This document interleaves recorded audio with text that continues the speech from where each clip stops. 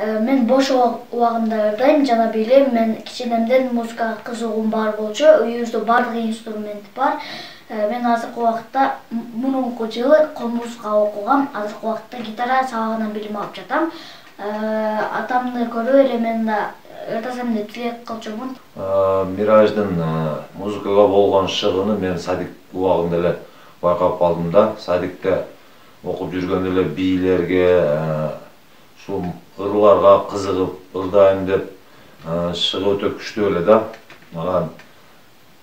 Миражды мен азыркы убактарда ошо музыкалык мектепте окутуп жатам. Комуз, гитара, үйдө ушул инструменттердин бардыгы бар да. Үйдө каалаган маалда келип Ямаханын иштетип, комуз, гитара, аккордеон ошолорго кызыгуусу жакшы. Үйдө ушул Ямаханын көбүрөөк ойноп атат, азыр ырларга кызыгуусу жакшы. Ойна Мираж.